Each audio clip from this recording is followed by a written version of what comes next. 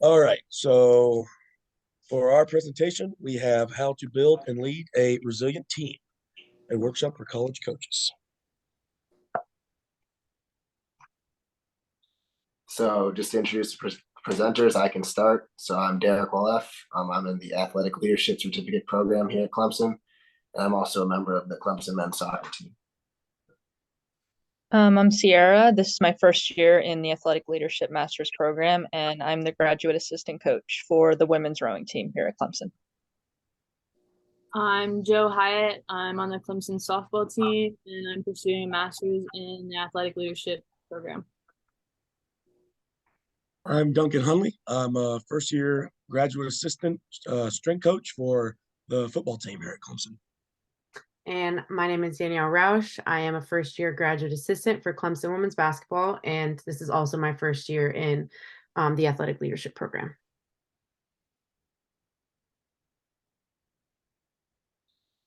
All right, our learning objectives, we have 3 of them. First, number 1 is to better understand how positive psychology can help build resilience. Number 2 being to learn how to properly frame and respond to adversity.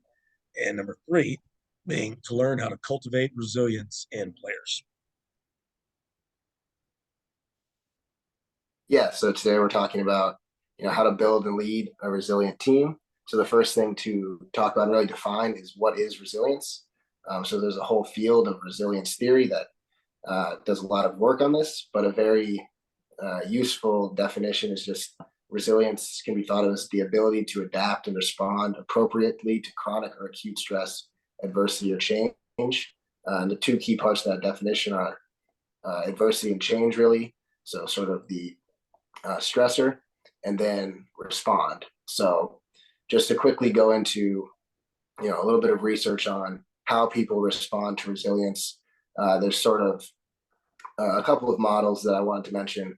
And the first is this model from Giucchiardi et al. In 2018, where basically they formulate that resilient people respond in different ways, whether you're resilient or not, to adversity.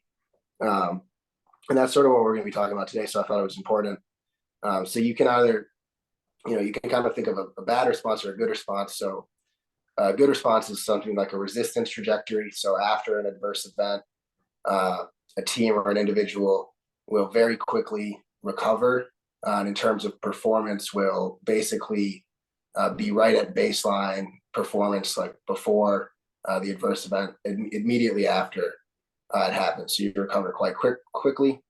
On the other hand, responding poorly can lead to something like a recovery trajectory where it takes a long time to get back to baseline levels of performance.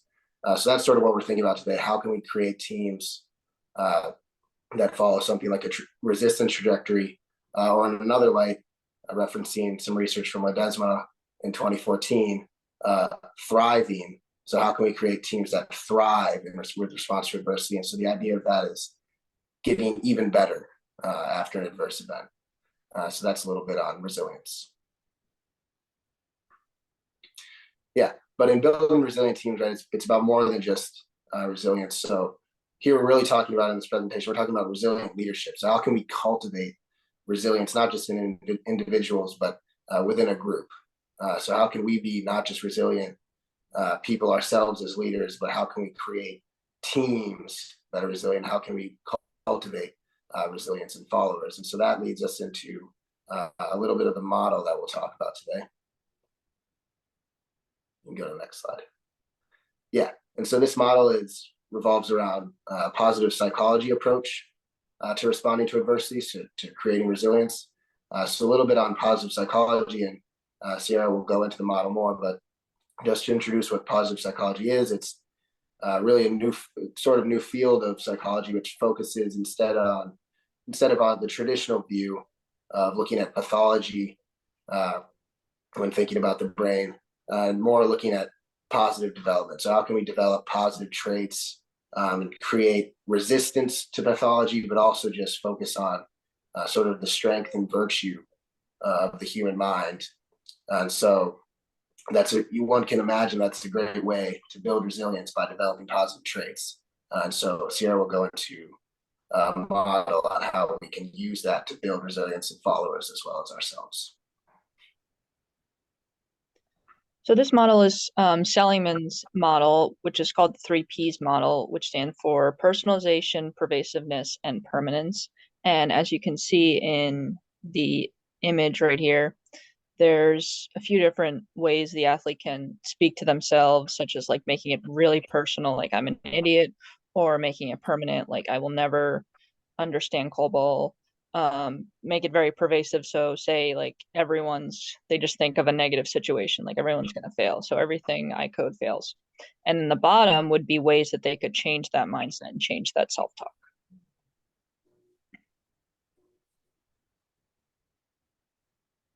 So the first P, personalization. So according to Seligman, personalization is from the athlete's point of view, they feel that their team's loss is automatically their fault. And one thing an athlete would say to themselves would be like, it's my fault, we lost the game, like it's solely on them. And this deals with a lot of self-doubt, and they don't believe in themselves and they don't have confidence in their actual abilities. So Seligman's argument for that would be that the athlete, if they continue down this path, would remain really closed-minded, and that would really hinder them in growing and developing in their performance because they're not able to change that mindset. They're so closed off. Next slide.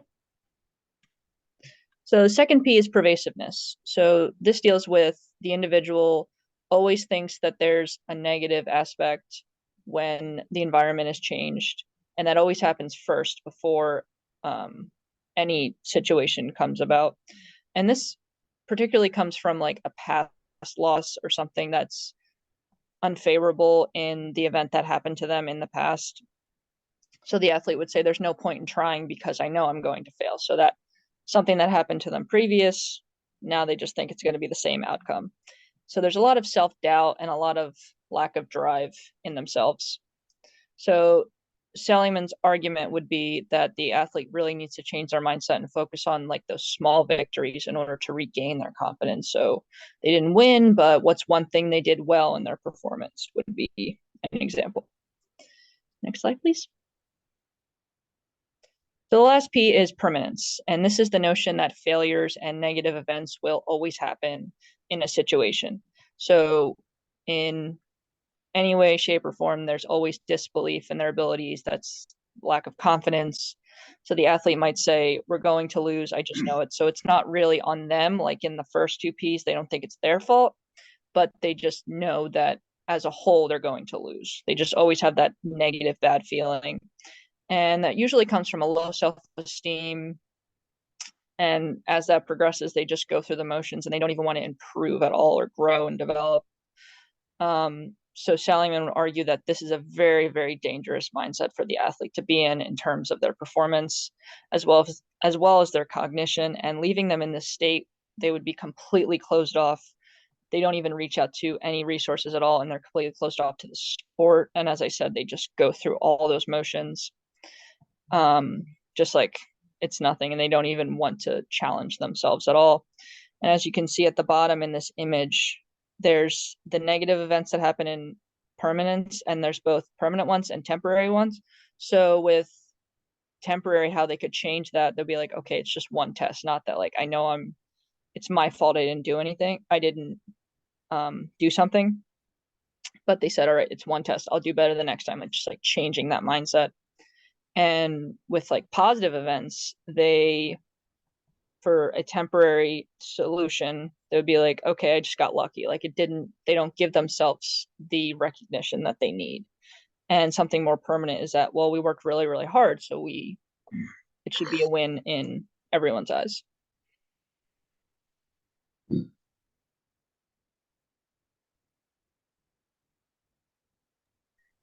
Sorry, I had to unmute myself. So we want to put all of this into action now. So for our activity within this workshop to kind of work on, how do we be resilient coaches? How do we use positive psychology to be resilient? And how do we share that, not only for our own personal growth, but with our teams? So today we're going to do some Troika consulting. And what this is you'll be presented with 3 different scenarios. which we'll present to you soon. And basically, we'll break you up into 3 groups, 3 coaches in each group. And in this case, if it's an online event, it'll be a breakout room. And there'll be 1 coach who is the client, and then the other 2 coaches are going to be the consultants. So basically, how this consulting works is you reflect on the scenario or the question that's given, and you kind of plan out, how you're going to ask it, what you're going to ask, and how you want to present the situation. And this could be, a general question, but typically, you want it to be something that you're struggling with personally, or your team is struggling with. So you want feedback, and you don't know how to handle something. So this is great for, figuring out how do we get to that next step. And obviously there's a lot of trust involved in doing this. If you're talking about yourself or talking about your teams, you want to know that the other coaches that you're conversing with, you can trust them, that they're not going to go back and tell anybody. So you don't have to be specific, or you can be specific, but just know that there is a level of trust that needs to be had when talking about situations amongst teams and from different programs, etc. So the first client shares a scenario that happens for about 1 to 2 minutes. You can set a timer. And then once the scenario is shared, the consultants will then ask the coach or the client any clarifying questions they have to get more details to, make a better judgment or be able to give more in-depth advice. So then the consultants generate ideas, suggestions, coaching advice to kind of give that coach feedback and see if they can help him or her come up with a solution. So then after that, the coach just gives honest feedback on, what he or she felt they can take away from what they just learned from, the advice they were given, and then you switch. So you could do the same question if you're having a similar problem, or you can do a more specific question to you and your team. So today we're going to go through a couple of these scenarios just to give you some examples and show you kind of what it would look like.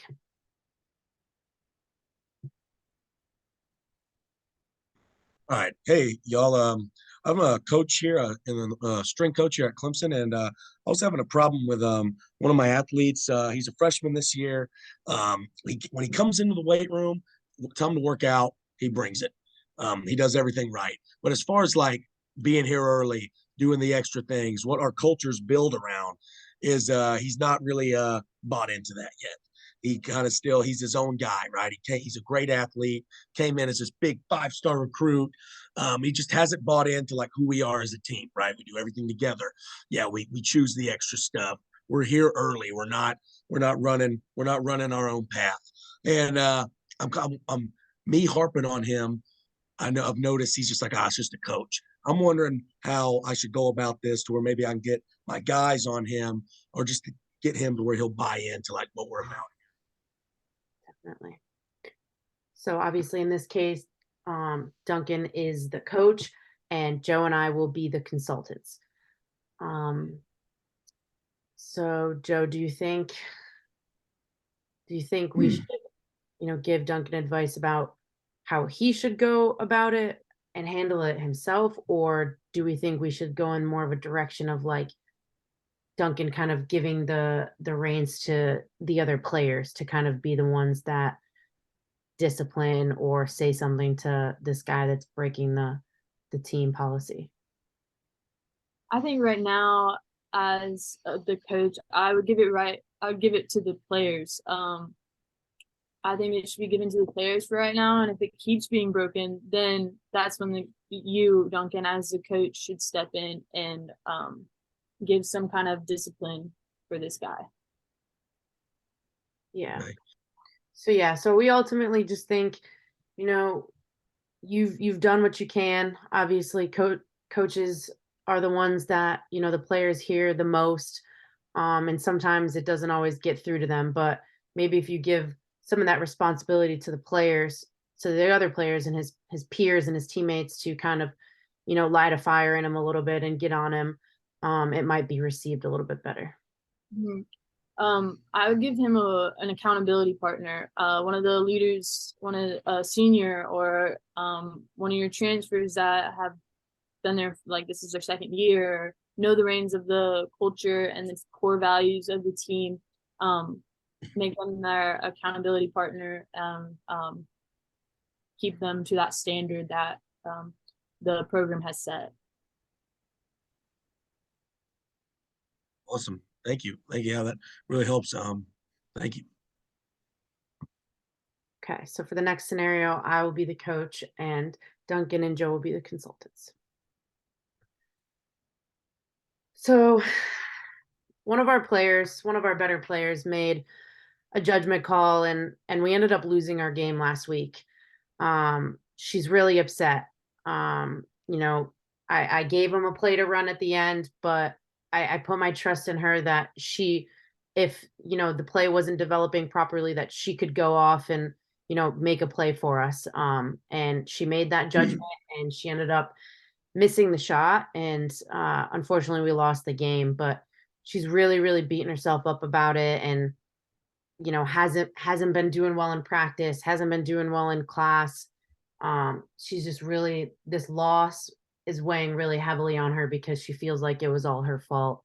And I'm just struggling to support her right now, and can use some help kind of finding a way to support her and get her back to, you know, being one of our best players and moving forward because we still have a lot of games left to play. Yeah, coach, that's tough. I know. I would just look at them just like where they're at in the program. Let's say she's older. She's grown into that. Hey, you're the shot caller now.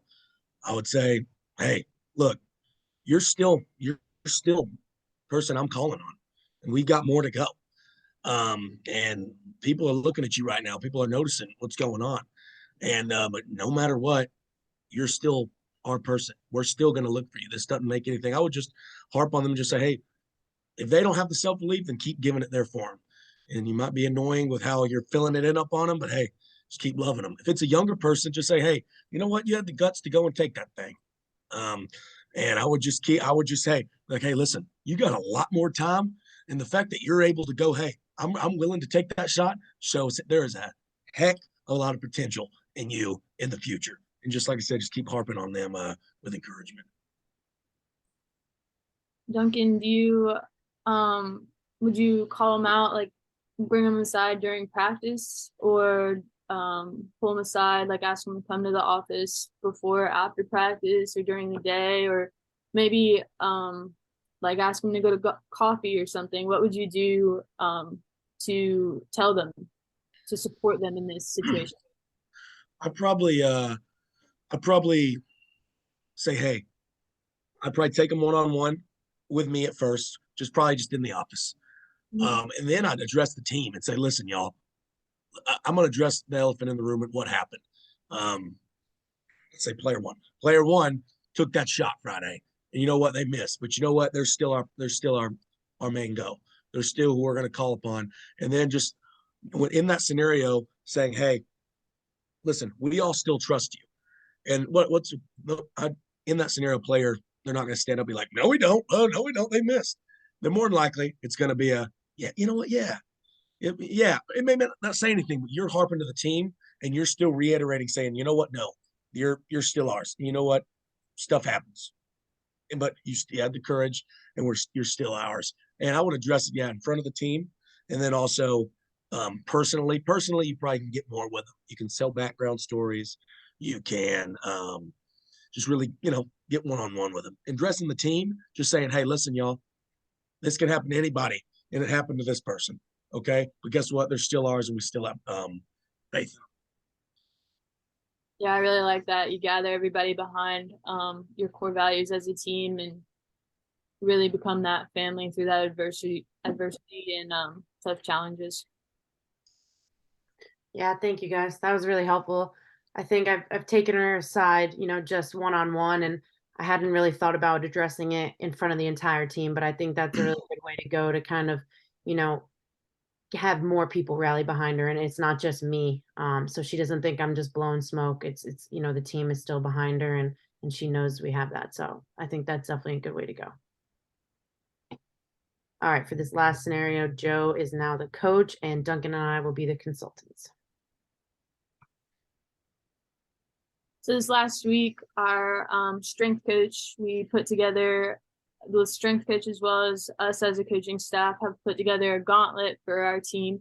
And we put some hype behind it, and we thought our players would come out really excited for the challenge. And they came out this last Friday with the thought of a tough challenge, and we put hype behind it and whatnot, but they really slacked off. So the gauntlet was three sections. It was like a mile run, a workout in the weight room, and then we took them after the mile run. They kayaked a little bit, and we thought that each team was gonna perform, and everybody was gonna perform to the best of their ability, and they really slacked off. It was really disappointing. And as a coach right now, I'm kind of heartbroken to see my leaders as a team that they just didn't rise to the occasion and really slacked off this last week in their workout. Yeah. So Duncan, as you know, as part of the strength and conditioning staff, you've probably had a similar experience. How do you think we should go about, giving Joe advice on this? Like, what have you had an experience like this, and how did you handle it? Yeah, so from experience, just being at Clemson, having 2 losses this year to Notre Dame and Carolina, I'd get personal. I'd say, listen, I know it's hard, and guess what? It's hard for everyone in the country, but obviously Notre Dame and South Carolina last year did these drills better than you, and that's why there's a loss. And maybe it's not, maybe that's not why, but sometimes you got to get a little nitty gritty with it and use that pissed offness in your heart to say, address them and say, what's up? And I would get personally say, like, you know what? Everyone's tired. And they don't want to do it. When they hear, I know a gauntlet sucks. When they hear that, hey, we got 30 seconds of freaking running back and forth, our ropes or a sled push, it's 30 seconds to go. They're like, oh my gosh, your mind already clicks off. That's where you as a coach get into that psychology with them and say, hey, no, this is what your mind's doing right now. Now you need to reprogram it out. And then also get personal. Say, you want your ass to get beat again next year? By being personal with me, with Notre Dame, with South Carolina. Because guess what? Those dudes over there, they're freaking bringing it. And if they were here right now, they'd be killing it. They'd be going level 100. So that's where you just get personal with them and say, you know what? I can't make you do it. But when we take that L next season, it's because of this. It's because of this day. Because those little inches count. That's where I get a little bit personal and then show that attitude. Put a little fire in that. And I think they'll appreciate that. Then also I'll probably get a little mad at you and say, you know what? All right, I'll show you what's up. Yeah, no, I definitely agree with that. I think you just have to show them that these are the things that matter, and this is what counts, and they have to be resilient in times of adversity and in times where times are tough, because that gauntlet workout, that's not the game, but it's a pseudo game. Like, it's preparing them for when it's the fourth quarter, for when it's the last inning. Like, it's those times that's preparing them for those moments. So just reminding them of that is like, this isn't about, having a tough gauntlet for no reason. Like, it's preparing you for things down the line. So I think even, presenting it in that way, and maybe having a meeting with the leaders of your team prior to the gauntlet, just to make sure that, they have a clear understanding of like what you expect out of this. And when those standards aren't met, then, different conversations are to be had after that about, like, you're entrusting your leaders to kind of facilitate kind of what it means to work hard throughout this and not slacking off. Thank you. I'm definitely going to get personal with them. Going to compare them to Oklahoma and Florida State and Virginia Tech and how they're working hard and we got to work harder. And then I might try it again in a few weeks and talk to my leaders prior. So, thank you. Yeah. Sure. So yeah, so that's Troika Consulting. Obviously, it'll change. Those scenarios will change based on the coach and the shared experiences by the coaches that they're able to collaborate with.